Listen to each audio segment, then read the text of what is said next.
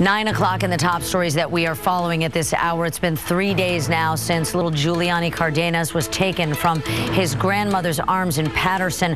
We are live in Paterson as his mom is speaking about the ordeal, and they are searching a canal for the suspected kidnapper's car.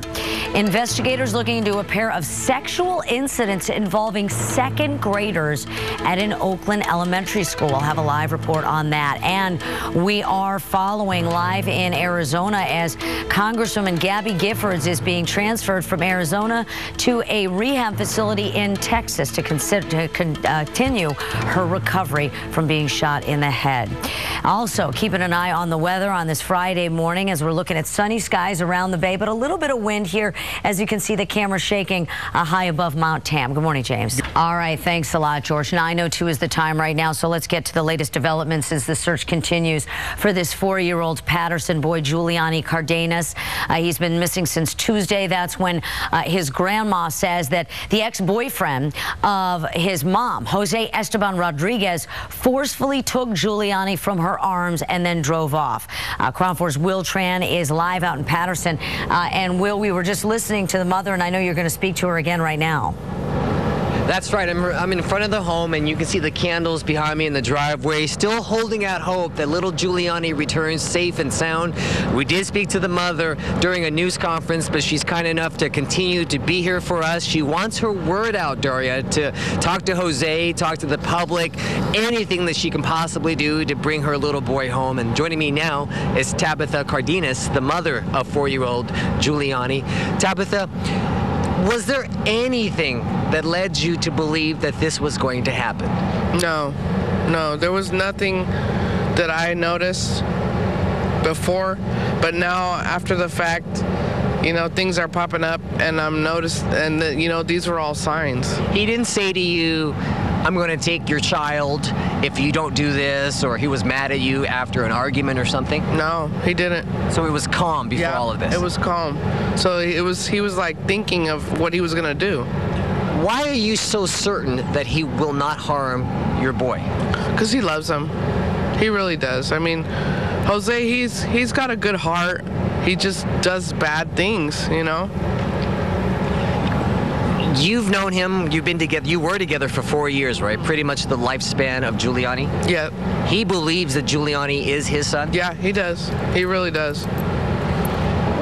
Why do you feel that he feels that way? I mean, that's not his biological child. Because the love for him is just like, it's strong, and then his mental... You've never seen him yell at... Yeah. You never... Yeah, I've seen him yell at him before, and I've seen him spank him. But, I mean, he's never hurt him. Is he capable of hurting himself? Maybe. Maybe. Do you believe he's still in Paterson around here, that somebody knows where he is? I believe he could be in San Joaquin County, maybe Stanislaus County still, maybe Merced County. You know, those are the surrounding counties. So I believe he's around here somewhere. If Jose is somewhere and he's watching television right now, what would you like, look in the camera right here, what would you like to tell him? Jose, if you're watching this, you need to make sure that my son's eating. You need to make sure that he's drinking his fluids. And you need to take him to a safety spot, you know, drop him off at a hospital. Drop him off somewhere, anywhere, so somebody can go get him, you know? So Giuliani needs to come home. He doesn't need to be with you. He's not even your son, Jose. You need to get a grip on reality. You know, take off, leave Giuliani somewhere, and you take off. I don't care where you go. Just give me my son back. And you're saying your mother, is she still gripped with just a lot of regret over what happened? Yeah, she feels guilty. She's the one, because she was here when my son was taken. And, you know, she feels guilty because she didn't call me when Jose showed up in the morning after I left to work. She didn't call the police, you know? You broke up with him earlier that day, right? Maybe that set him off? No, I didn't break up with him. I told him, because he came by my house, and then I told him, I said, you know, you got some nerve coming over here. You know, this is the last text message you're ever going to hear from me. you know, and because I wasn't going to have any more contact with him. And maybe he read that, or you're not sure if he even read that because he didn't have his cell phone? I don't think he read it because I think he lost his cell phone before all this happened. Yeah, because he didn't text me back, and usually he would. Or maybe because his frame of mind was already out of whack. Hey, maybe that's why he didn't. Yeah, go ahead, Daria. Now that she just said, his frame of mind, I'm just wondering, knowing that he had lost his job and he was desperate, she said that he was an alcoholic, is she kind of discounting the whole idea that he somehow immediately harmed himself with the boy in that car and maybe that they're in that canal? Is that something she's just not letting herself think of? Now, you know that they're searching in the canal about 4 or 5 miles from this location. Has it crossed your mind that he could possibly be in that silver Corolla with your little boy right now, that he was out of his mind, that for that very moment, maybe he drove himself and your child into the canal? Have you let yourself even think about that? No, not at all. Why? Because he would probably hurt himself, but he wouldn't hurt my son. Yeah. Because you said he feels like he's the father. Right. And then speaking of father, Daria, look at this. She is 8 months pregnant, and they are expecting, Jose and her are expecting their child, his first child, in March. So she's wondering why he would even do this, because together they will have a family in a couple of months. So a lot of questions still need to be answered. And we talked about the search, and they're at the canal right now, Daria. And if they don't find anything at that place, they will call off the search at the canal. But in the meantime, you just heard Tabitha try to reach out to Jose, wherever he may be at this time, bring him home, drop him off wherever, at a gas station, at a police station, fire station, anything. You really obviously want her son back home. More on this story throughout the morning. Let's send it back to you, Daria. All right, thanks a lot, Will. We'll continue to follow the latest. We've got the Amber Alert that's still out there with the car that they're looking for, that 2003 silver Toyota Corolla. You see what it looks like here, and this is the license plate number. If you're out and about, it's 6HBW445.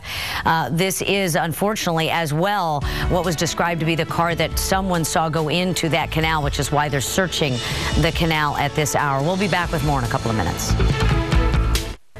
Welcome back. The time now is 9:11, and you can see our live shots here coming to us from Tucson, Arizona, where on the right-hand side you can see this ambulance that has got inside Congresswoman Gabby Giffords, who was shot in the head almost 2 weeks ago now at a rally in Tucson, and she's being transferred. She's being taken from a Tucson hospital in that ambulance to, on the left-hand side there, you have a live shot there of Davis-Monthan Air Base in Tucson, and they are going to put her on that airplane and head her over to a Houston, Texas rehab facility so that she will continue her recovery. Doctors are impressed by what she has been able to do so far with the injury to her brain. They say that she would never, anyone with those injuries wouldn't recover to 100%, but they do believe that she can reach a new normal and recover somewhat from the extensive injuries and brain damage that was done by that bullet that hit her straight in the head at point blank range in the parking lot of a Safeway in Tucson at a rally that she was holding just barely 2 weeks ago. So the procession on the right, this ambulance making its way through the streets. Interesting that we've been seeing at times, you don't see them here, but people just lining the streets and to watch the ambulance go by, obviously wanting to, give their well wishes to, Larry, see some people in the corner there, just wanting to watch, quietly as this ambulance passes by. Look, there's someone waving on the side to show their support for this congresswoman who, fairly young woman who's undergone such a horrible ordeal and is being transferred now to continue her recovery. All right, 9:13 is the time right now. We'll be back with more developing news in just a couple of minutes. 9:16 right now, a developing story that we're following out of Oakland, where investigators are looking into a pair of sexual incidents involving second graders at Markham Elementary School. KRON 4's Craig Sklar has been live all morning out at the school to talk to parents about what happened and tell us more about these two incidents. Craig? For one thing, parents aren't happy about it. Some of them didn't know until they got to school. Some got a letter apologizing for what had happened. Apparently, a week ago, school officials say in the second grade class, a couple of students apparently involved in sexual activity, exploring, whatever you want to call it, involving oral sex. And then another situation where kids were running around without their clothes on. Now, the teacher is on administrative leave, and there are a lot of questions unanswered about how he could not have seen this. He says to the administrators that he never saw what happened. And apparently when a student finally came to a principal and told them what happened, that was the first the administration had heard of it. One grandmother of one of these children tells me that she was shocked when she found out. Well, how do you know all this? She goes, Mom, because it happened in my classroom, and she gave me the names of all the students. And then she went to the office to report it, and then that's cool. Why didn't the school call me and to let me know that they had her in the office talking to her? And I feel that they went behind my back. They should have called me and notified me. It shouldn't have been allowed to happen in his classroom. I figured that he should be fired. He should be there. I mean, it's just. I'm very upset right now about this situation. The teacher is very the parents and that grandmother very unhappy at what was happened, but the teacher is on administrative leave. They tell me at the school district that he's not been suspended, but the question over and over again from parents is, how could this happen? How could they not have seen it? How could the principal only find out? Hearing from some student who finally walked up to the principal and said, this happened in the classroom. So that investigation will continue. Police are looking into this as well, but the district office tells me that for the time being, the school is handling this. A lot of unanswered questions, and a lot of unhappy parents here at Markham Elementary School. Back to you. Absolutely. All right. Thanks a lot, Craig. Hey, thanks a lot, George. 9:22 right now. Corrections officials at San Quentin State Prison have delayed awarding a contract to build a new death row complex. A total of 9 bids were submitted back in November, and the lowest bid came in at $126 million. Prison officials say they need the extra time to brief the new administration on the project, which is expected to cost about $356 million. An investigation is underway in Santa Ana this morning after threatening graffiti was found targeting Governor Jerry Brown. Officers say that a vandal spray painted in red the message 27 more days for Brown, and it included a swastika. CHP is taking the lead in that investigation.